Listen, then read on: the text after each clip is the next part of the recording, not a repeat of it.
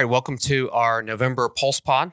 Since we've last recorded, there have been elections, a lot of elections, and Republicans didn't have the best night overall. And I think a lot of the data we're going to talk about here in this N1500 likely midterm survey is going to help explain that. We got a couple sections, shifting economic concerns, tax burdens people are feeling, party momentum or lack thereof, perceptions of the parties and where their priorities are. Immigration, and the socialist narrative, a little bit of AI conversation in there too. So let's get started with the data versus dogma section first, Alex. And we're calling it the socialism paradox. Because if you're in the Republican bubble, you're hearing everybody say, okay, now we've got this guy that's mayor of New York City as a democratic socialist, literally in his party label. Let's run against him.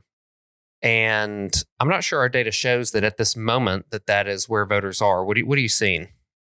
Well, I agree with that. That would have worked 10 years ago, 20 years ago, but it won't work as much today. I think that so many voters don't have a personal experience with socialism. That's why as many as a third say that we need more socialism in America.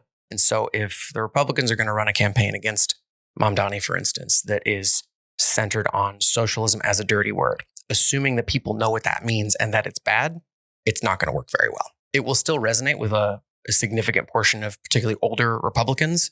But for younger people, younger Republicans too, they might not think socialism is great, but they don't think the current system that we have is great. And so I don't think it's going to have the heft that it once did as a negative defining label.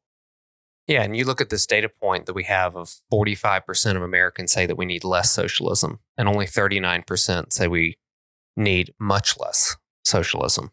And as I dug into some of these numbers, if you look at women under the age of 55, about a quarter of the electorate, only 27% said less socialism. When you ask liberals this, so self-identified liberals, they 70% more socialism that we need. I mean, you're seeing a big divide here. And what I found most interesting in this, and I'm going to bring it up a lot, this data point throughout this survey, independents, 41% more, 41% less. And this group of voters who choose to not put on a jersey, even though we know through our research, there's a lot of independents that are red jersey members or blue jersey members. They just call themselves independents, but they're a really important group in the electorate to pay attention to. And so to be evenly split, 41% more socialism, 41% less socialism really sticks out to me. And then, Alex, we asked another question where we kind of wrote three attempting to be not leading or super negative descriptions of socialism, where we said it owns and controls major industry, limits innovation, and threatens individual freedom. So that being like what a Republican would describe socialism as. And then we said it's a means of production and key resources are publicly owned or controlled with the goal of promoting social welfare, equitable distribution. And then a third option that it allows, universal access to essential things like healthcare and education and housing to reduce inequality and promote social justice, which if you're a democratic socialist in New York City, that's probably what you're saying the definition is. If you combine those two response options, you get 55% of folks who basically believe or agree with the positive aspects of socialism. So we're getting this narrative here where only 45% are saying less, 55% are identifying with what are described as positive aspects or maybe the intent behind socialism in the first place. And then you've got Mamdani, who the right is trying to make the poster boy of socialism. He only has a 40% unfavorable view. How do you square all these data points together? I think that people look at Mamdani, and there's a lot of hardcore partisans that are perfectly willing to hear that he's a socialist and turn against him. When I hear that he wants to bring in socialized state-owned grocery stores, I think that's a terrible idea. And so that's the group that I would probably find myself in. But more people just see that he's trying and that he wants to do something. He's got a good smile. And so they think, give him a shot. And maybe they don't have an opinion about him at all, but they're not going to be automatically brought into this frame of him just being a bad guy. And this is part of what I said earlier, that if you say socialism and you assume that people know that it means limiting economic innovation and threatening individual freedom, that's just not true for a huge proportion of the electorate. That was true during the Cold War. That was true in the 90s. That was true even 10 years ago. That's true from people who who fled from Cuba, but it's not true for a huge number of people in the country today, particularly younger ones. And so, yeah, I just don't think that's going to work. Well, and then we did ask a question that got into a little bit more detail on what this actually means. And I'll read the question text here, that he wants to defund and disarm police, abolish jails, impose city-run grocery stores, as you mentioned, freeze rents, enact a $30 minimum wage, all while advocating for massive tax hikes and open borders, which I just went and researched the words that he said and things that were in his platform. I wanted to write that question. And then we said, with that, do you believe the Democratic Party is becoming more radical, less radical, or really it makes no difference at all? And this is where we finally see a spike. 55% of voters say that they believe that it makes the Democratic Party more radical. But what still worries me on this whole socialist conversation, only 41% said much more radical. 41%. And among independents, they do view it as more radical, but then they still say unsure, they're soft in their responses. So it really concerns me that, to your point, there's a whole swath of Americans that the systems no longer work for them. Can't buy a house, can barely afford rent. They're not forming families. There's just a whole segment of younger voters that, to your point, are willing to take a risk on this socialism experiment. And you saw that play out in the New York City election results, where Cuomo basically won older voters and Mamdani won younger voters, and they turned out in massive numbers for the Democratic Socialist candidate. When I see this result here, 48% of independents said that it made the Democratic Party much more radical, and only 10% less. And so, looking at who independents are, 6% much more radical, right? I think of these independents, and they're hard to nail down. Like the Democratic Party right now, I think is pretty radical. And so when they agree that it makes the party more radical, I don't think they view that as a bad thing. But independents, I view them as more of the Obama coalition. I don't think that they're thrilled, even the left-leaning independents, with the direction that Mamdani would like to take the party. And there's a fight going on in the Democratic Party today. And there's many Democrats who have gone to the independent side. We've seen that in a lot of our approval data of the Democratic Party in the recent months. And they're not thrilled with socialism. They don't want that to be the direction the party goes. I think they're concerned with cost of living above other issues. The more identity-focused Democrats, they would like to lean into socialism more. It's the opposite of a dirty word. They want to try and experiment with it. Well, and that leads well into our next section here. And before we jump into that, I'll just say, if you're a Republican trying to find a boogeyman, maybe Mamdani is the boogeyman, but I would say as of right now, he is not. He's got to be defined better through his radical policies, and they have to be tied to Democrats and make Democrats say that they disagree with these policies. Not just do you approve or disapprove of what Mamdani's doing, but he is no Nancy Pelosi at this point. I hope we don't just slam him in every single ad against Democrats. That was effective with Nancy Pelosi. I think actually, if you look back at our data, and we asked Chuck Schumer's image this month too, is he's at 53% unfavorability. So it's likely that Schumer's the better, boogeyman in Republican ads than Mamdani at this point. But we've got to make it about the policies. There is. I think that using a Pelosi, using a Schumer, using a Mamdani, I think that's a stand-in for having the argument. And the Republican Party can't get away with not having the argument. It's a lot easier just to criticize a person, but people want to discuss these policies. I think they're a bad idea. We should have a discussion as a party about why they're a bad idea. Yeah. It's harder. It's more difficult to come up with compelling messaging around that, but it doesn't mean that we should run away from that. Yeah, I completely agree. So on this next section about warning signs, what are we seeing in the generic ballot? What are we seeing with economic concerns? One thing that I will point out that I have seen in the past is that when you look at these off-year elections and you look at these timeframes, especially with Trump being in the White House, is that this tends to be like a really bad point for Republicans. And if you go back and look at our generic ballot 3-4 months ago, it was in a much better place for Republicans. And I want to keep this in the historical context that we may be picking up on a really low trough as opposed to a trend. As we look at all this data. And as you dig into our top priority, we had last month, threats to democracy took over as the top issue, and that has fallen off. Healthcare actually came into second place now. Inflation and the economy are now back in first place. But I think when you look at the groups that have driven that, that's where I say it's time to turn the all lights on and let's pay a little attention to this, because Hispanics actually doubled in inflation economy as their top issue from last month to this month. And then you look at, healthcare doubling since September as a top issue, which I attribute to the shutdown and the fact that, this is renewal time for a lot of people's health insurance. And so they're just seeing their costs go up on that in general. The Unaffordable Care Act is really coming into fruition now of what healthcare cost. And then what effect is this having on Donald Trump's image and on the generic ballot? What are you seeing in what's happening on these economic concerns and top issue? I think that in the earlier part of the year, we saw inflation in the economy dip as an overall concern. And threats to democracy rose. It is still quite high. That is almost exclusively Democrats. And so when I look at this rise and like who left the threats to democracy frame and where did those people go? Most of them went to inflation in the economy and then healthcare. But other people did too. And so this isn't just a story of it being powered by Democrats who are now moving to a new issue, though there is some of that going on. The shutdown fight, I don't think there were any winners to the shutdown fight, but there were a lot of losers. And it did shift the conversation along with this being open enrollment season, along with premiums going up for so many people, to healthcare and the cost of healthcare.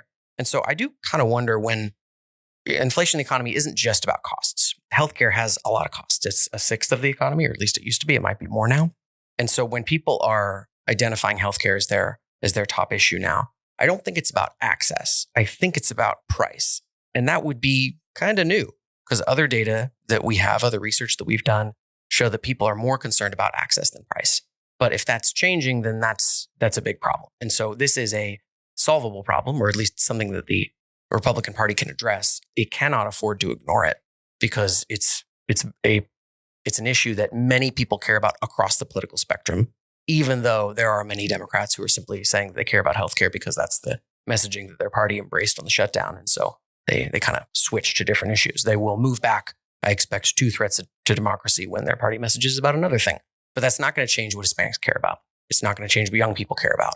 And that's like eye-popping, eye-watering bills on what they're going to pay in premiums, how high their deductibles are going to be, and that there really don't seem to be very many good options out there right now.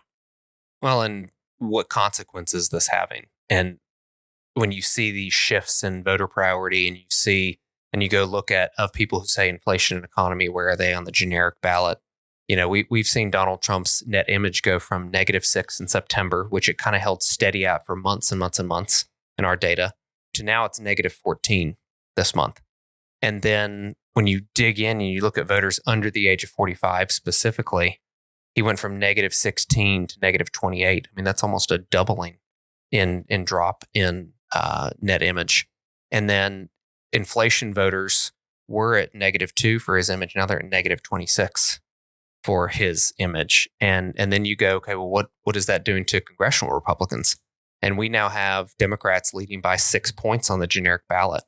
And if you said economy inflation was your top issue, we now have that at a Democrat plus 13 point lead, which that used to be, you said that issue, you were a Republican voter.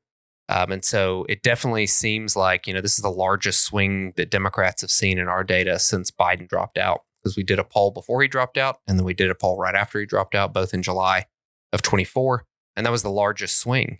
And one of the two of the big drivers here, if we're looking at educational attainment and gender, which is kind of one of our first buckets that we look at, it's college-educated men and non-college educated women that are driving a lot of this change in Republicans on the generic ballot, and also Donald Trump in his image. So what are you seeing as, what can Republicans be doing to wrestle the narrative back? Where can they be reaching and talking to voters to pull some of these things back? Because these groups I'm talking about were essentially who elected Donald Trump in the last election. It is. And so the GOP is divided up into like two big buckets, and 2/3 of that bucket is older GOP voters. They think the party's going in the right direction. Like 98% of them. They're older. They have assets. They're a little bit wealthier. They've graduated college. They're generally more married. The other third, those are the lower propensity voters. They're a lot less white.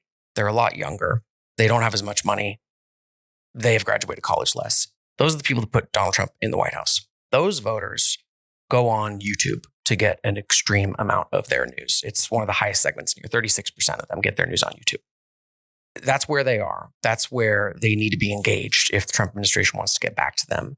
And what they have been hearing about the focus of the government for the past 2 months has been a lot about overseas deals, which are important and good. It was only a little bit more than a month ago, 5 weeks ago, that Trump had negotiated a ceasefire in Israel-Gaza. 5 short weeks. How time really flies here. That was also important to young people.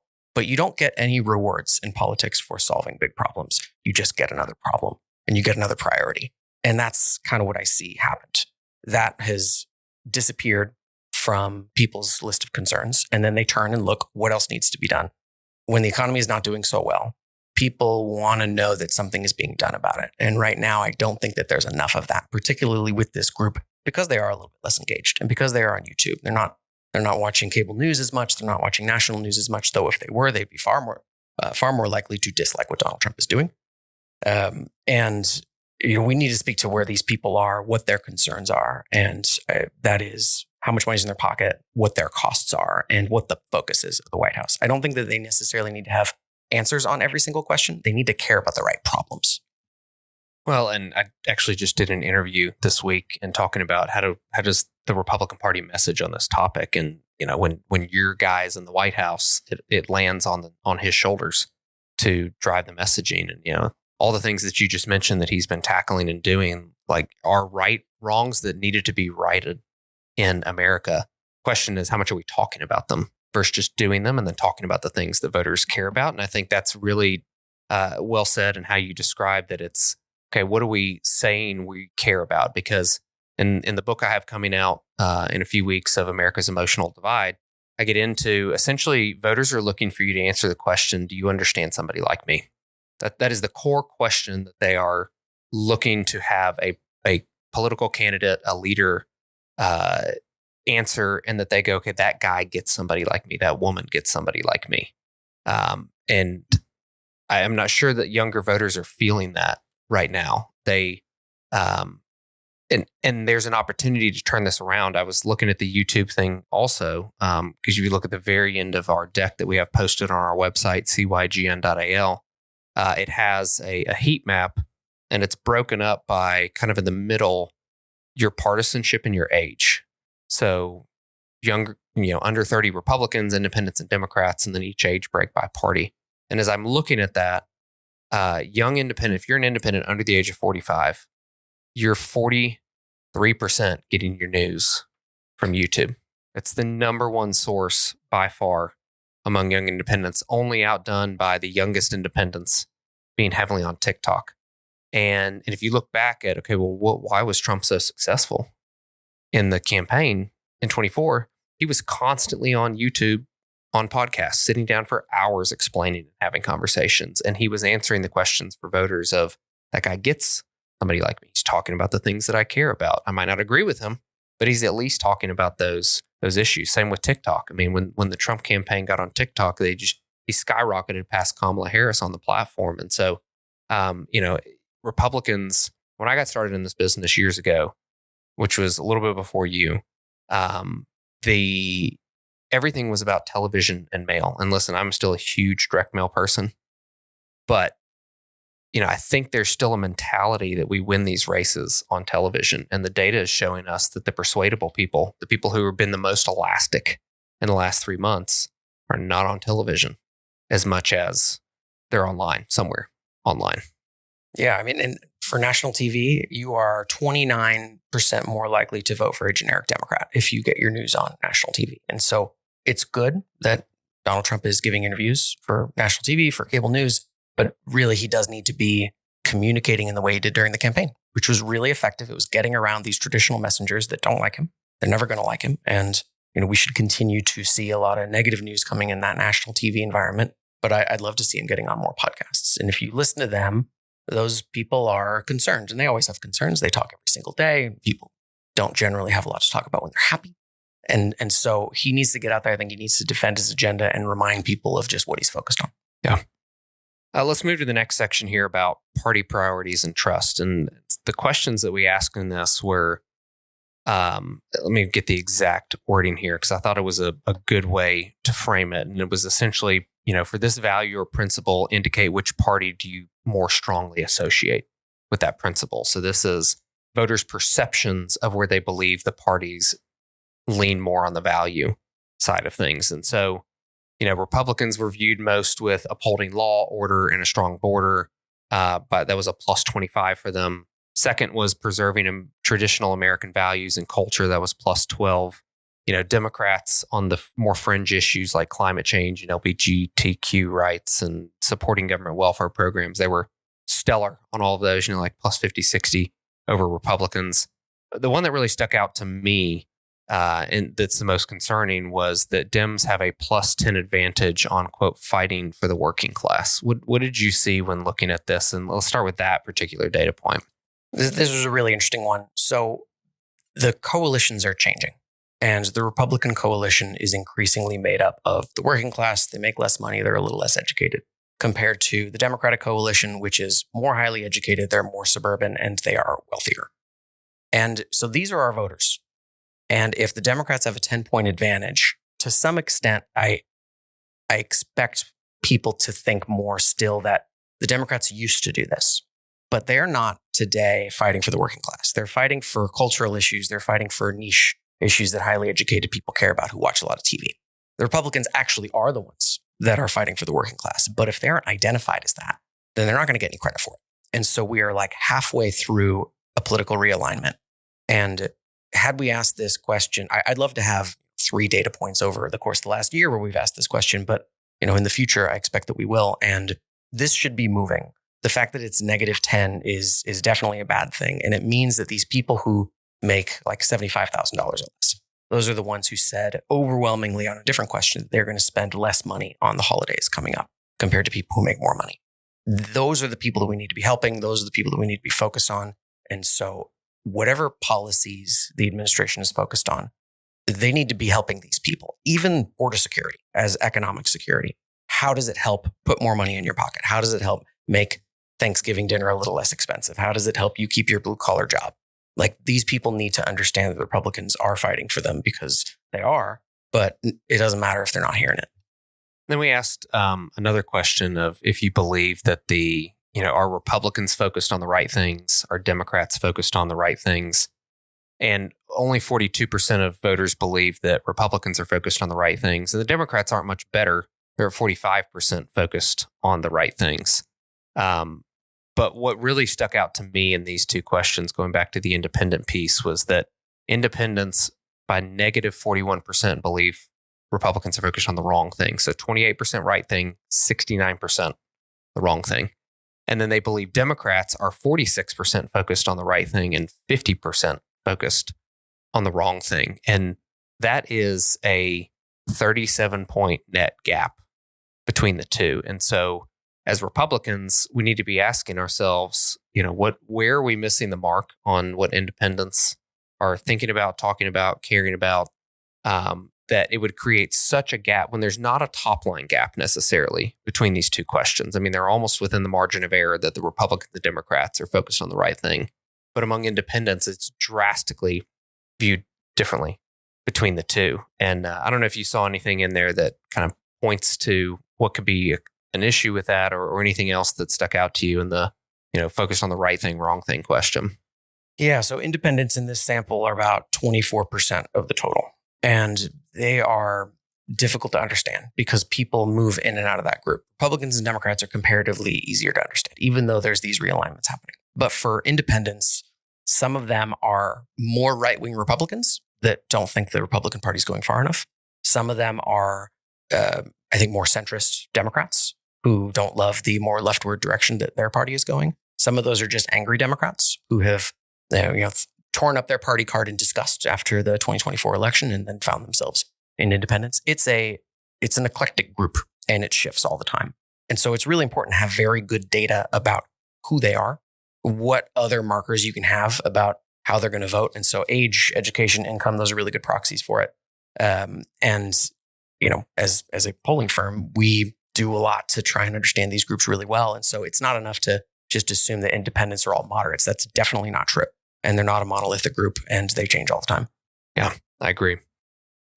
One thing that stuck out to me on is your party headed in the right direction or the wrong track is you had 16% of Democrats say that their party is not headed in the right direction. And 70% of those were under the age of 55. And so I think you see a lot of these kind of intergenerational battles playing out on the left more so than we have intergenerational battles happening on the right now. But it kind of helps explain why the Democrats are doing what they're doing in the shutdown and others, because they feel so much pressure from the younger side of their party when most of their folks are even older than Republicans as a whole, at least from a leadership perspective.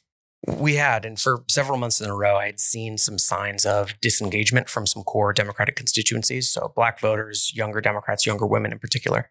This month, I didn't really see that. And I interpreted that to mean that these younger voters, they were unhappy with the party just not fighting, the party not having anything meaningful that it seemed to be doing.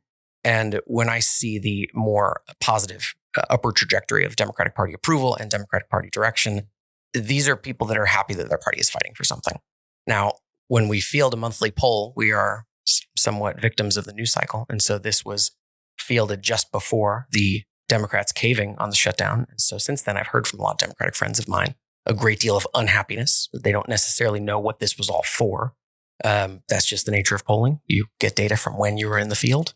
But I'm keeping a close eye on these voters, these 15% or so, who say their party's on the wrong track and will still vote for a Democratic candidate for Congress, but they detest Chuck Schumer, for instance. These are voters who want their party to take a much harder leftward turn. These are voters who like Mamdani. These are voters who want to experiment with socialism more. That's kind of how I think of this 15%. Well, and they seem to have a very loud voice within their party too. I'm going and looking at the Democrats in Congress and Republicans in Congress number, which for most of the year has been a very positive thing for Republicans, where Democrats were viewed as more unfavorable than Republicans. And our last data point has been pretty steady for the last 3 months for Democrats, 53% unfavorable, 43% favorable. But Republicans, going back to that same time period, we were at 49-48 in May. So that's the same starting point as what I was just mentioning for the Democrats. And now we're at 55-41. So we had for most of this year an advantage over Democrats in being viewed more favorably. And now the inverse has occurred. And it's been a several month trend. It's not been like just 1 month that it occurred in. Let's talk about taxes, everybody's favorite subject. So I'll tell you, I've been hearing a lot in focus groups lately about property taxes. And I can tell you this, I have not done a focus group yet where the intent of the focus group was to talk about property taxes. And this is why I love doing qualitative research, because when we write a script and put something on paper, it's our assumption that those are the topics that need to be spoken about. These are the response options that are available for those. And until you let voters just talk, either through an open-ended question on a survey, through a qualitative at scale project, or through a focus group, you don't really see what's bubbling up to the surface. And in doing these multiple focus groups that I've done in the last several weeks, it's probably the number one thing that has come up unprompted of all the topics being discussed. And you see this with, Texas Governor Greg Abbott, a Cygnal client who just came out and launched his reelect campaign on reforming property taxes, local property taxes. So, when we asked this question, we allowed people to select a couple options, and we gave them the options of federal and state, federal income tax, state income tax, property tax, sales tax, and I believe motor vehicles tax were the option. You could select up to 3. And 52% said federal income tax, 50% said property taxes. And then state taxes came in at 25%, sales tax at 21%. What stuck out to you is what was driving, or kind of some of the generational or demographic differences between these response options? Well, I was not surprised to see here that among those who say property tax, let's look at women. So women over 55, 58% of them identify property tax as their top issue. Women under 55, 39%. So 19-point gap just based on age. For men, 42% of men under 55 say the property tax is their top concern. 62% have been over 55, so a 20-point gap. That's not a big surprise to me. I understand the arguments about the unfairness of property tax. If you own your home, if you've paid off your mortgage, then why should you still have to pay all these taxes all the time? You put in your time, you put in your money, and it's finished. But I have some concern here that focusing too much on property taxes is another sign for younger voters that they still pay a lot in property taxes, but they're far more concerned with federal income taxes. And they are more likely to identify sales tax or motor vehicle tax as a greater concern. And so the fairness question aside, there is an effect, I think, in focusing on a tax that overwhelmingly reform would benefit people who are already voting GOP and who are doing it in very high, very consistent numbers and who are a lot older. And I don't necessarily want to give younger folks more reasons to be skeptical of the focus of the GOP. But I don't know, do you agree or disagree? We agree a lot on this. And so I don't expect to agree on everything. And then let's dig into the federal income tax. 65% of Hispanics said that is their most pressing, while older voters are the ones who are driving the property tax concern, as you're talking about. More consistent voters, property tax return, they also tend to be older. Working class voters of under the, those who make less than $75,000 a year, that's where motor vehicle tax becomes the most burdensome. And so I don't disagree. But I also see it, kind of across the spectrum in a qualitative. So that would be I don't disagree with you, but I see it come up in qualitative among younger people too. Now, again, are these people homeowners and therefore they're feeling it more acutely? And, people who are renting don't ever make the association, even though they are affected by property tax rates. I think the broader conversation is an opportunity for one big, beautiful bill, in that there were a whole lot of benefits to younger people, to lower income individuals. Like what story are Republicans telling on, if this is the number one most burdensome tax, how are we explaining, describing, and messaging? We have tackled that, and you will start to see that in your check. You will start to see that on your tax return. Those are the things that I'm not sure the last time I've heard about benefits of. Now, let's not call it that. Our research shows we shouldn't label it as that. But let's talk about, as Republicans, let's have that discussion of, here's what we have done. Here's what it means to your pocketbook. But it also makes me somewhat concerned that if we're talking about your wages are rising via maybe even just your tax load coming off, but we're not addressing the cost, like the checks going out, the debits and credit card charges going out. I think that's actually the thing that needs to be focused on more, because people aren't necessarily noticing that my household is having a little bit more income coming out when their healthcare bill just came in $5,000 more expensive than the last year. And another bill that I think about a lot, is because I have a young daughter, is childcare. And so for this, parents are pretty evenly split for federal income tax versus property tax is their main concern, which makes some sense to me. These are going to be younger homeowners. And so the comparative cost of that property tax is going to be a lot more if you've been in that home for 10 years or less compared to if your home's fully paid off. But they are a group that is up for grabs. It's usually pretty divided on most of our surveys. And so on this, I was not entirely surprised to see that it is divided here too. Let's jump to the next section called Send Them Back. And this is about immigration, Do you name Hispanics, and the GOP. No, but I like that so much I left it.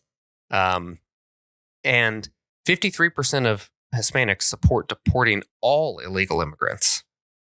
Even 30% of Harris voters in 2024 favor deportation. The challenge is when you get into how.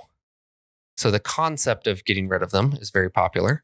But when we ask specifically about the ICE raids to get rid of them, it's 49% oppose, 48% support, which is not drastically different than it was last time we asked this question a few months ago. But how are you seeing this issue play out? What are some opportunities for Republicans on this topic?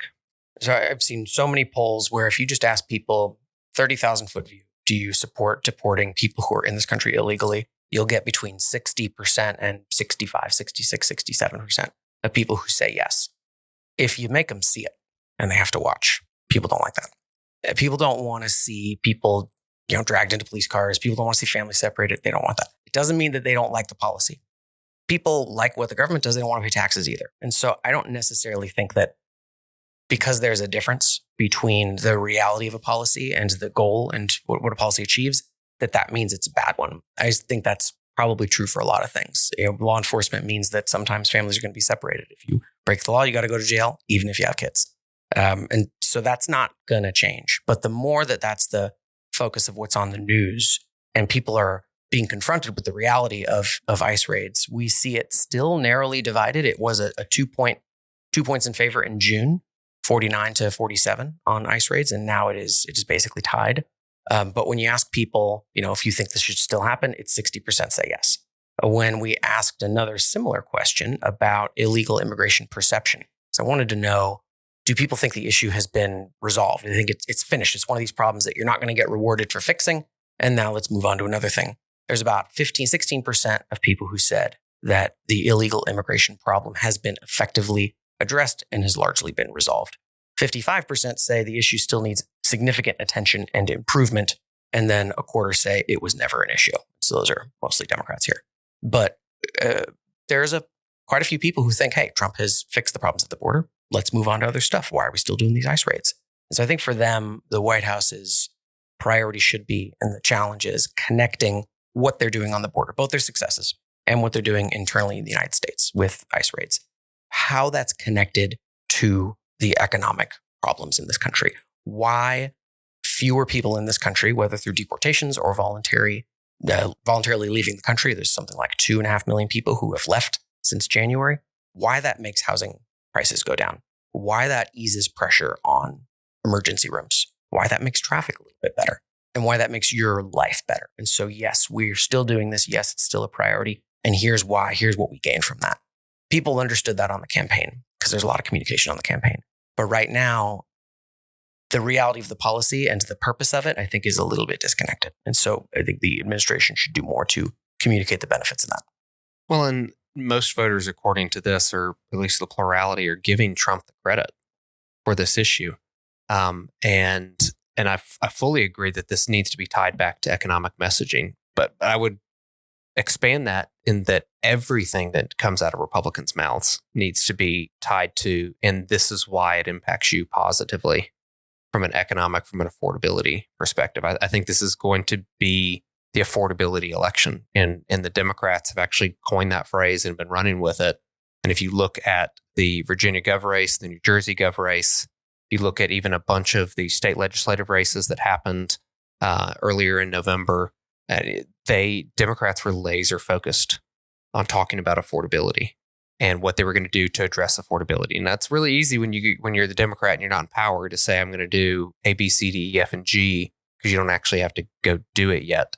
And I think it's going to be harder for them to live up to some of these promises, especially Mamdani in New York City. But if you got 55% of folks who are saying this is unresolved, 54% of independents saying this is unresolved, and Republican and independents think Republicans are focused on the wrong issue. Like, this seems like a layup to go back to talking about this. Let's give some numbers. Okay, we got rid of this many people. Here's how housing prices have gone down. We get rid of 5 million more. Here's what that's going to do to housing prices. This is what it's going to do to groceries when you're not competing with other folks to purchase groceries, because it's basic supply and demand. But everything has got to tie back to the economic reason why we're doing it and the economic benefit of why we're doing that. It does. And with the immigration issue, I agree with you that everything they do should be tied back to the economic benefits of that policy. Immigration is unique in that the vast majority of the American public, even people who don't like Donald Trump, realize that the border was in a terrible state and that it was a problem that basically no one knew how to solve. And so there's only a quarter of the public who say that Trump deserves no credit for securing the border. Even Trump's opponents are willing to begrudgingly give him credit for the border. So he has credibility on that issue in a way that he really doesn't among his opponents on anything else. And so if you want to expand beyond just the hardcore partisans, this is a place where Trump can do that with a lot of credibility. And so when he can tie it back to costs, I think that's a winning issue in a way that people are going to be pretty inclined to believe, even if they don't like him. Yeah. Let's do our last section before winners and losers. And this is a AI bridge too far in modern politics. And I was doing some research because we ran this daily surveying test for about all of the third quarter testing out some new concepts and methodologies. And we stuck in there a perception of AI just as a kind of a holder question that we thought might change over time, and how is it changing? And so several months ago, we had this at 53% unfavorable of AI, 38% favorable.